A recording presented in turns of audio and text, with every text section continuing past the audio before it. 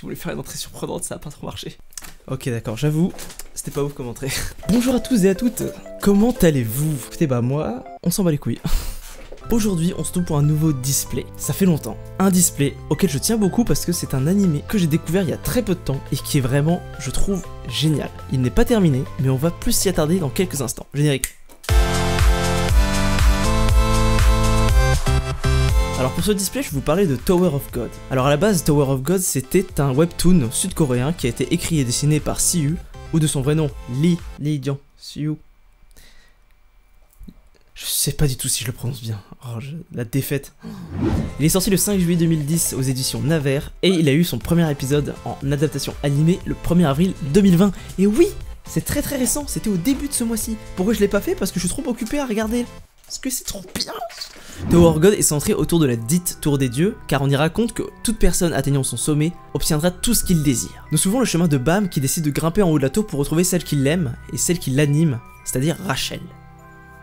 Car celle-ci désirait plus que tout voir les étoiles et c'est pour ça qu'elle a décidé de grimper la tour. Dans cet univers, les personnes choisies pour y entrer dans la tour sont appelées les réguliers, c'est-à-dire ceux qui ont été amenés dans la tour. Et ceux qui rentrent dans la tour de force sont les irréguliers. Et du coup, nous allons suivre toutes les péripéties de Bam dans la traversée de la tour des dieux. Voilà, c'était clairement un petit court résumé, parce qu'en vrai, il y a tellement de choses à dire sur cet animé, c'est ça qui est dingue. Premièrement, au niveau de l'animation, déjà, je trouve que les dessins sont sublimes. C'est un style un peu différent de ce qu'on a l'habitude de voir. On dirait un peu pas de la peinture, mais un genre de crayon, un peu étrange, et que je trouve vraiment trop beau. Je trouve que ça apporte tellement quelque chose, ça accroche tellement les yeux, et c'est bien. Et surtout, un truc que je trouvais fascinant, c'était surtout l'univers. Alors, faut savoir que dans l'univers de la tour est vraiment gigantesque. Elle a plein d'étages, et tous les étages sont composés de plein de mondes, de royaumes différents.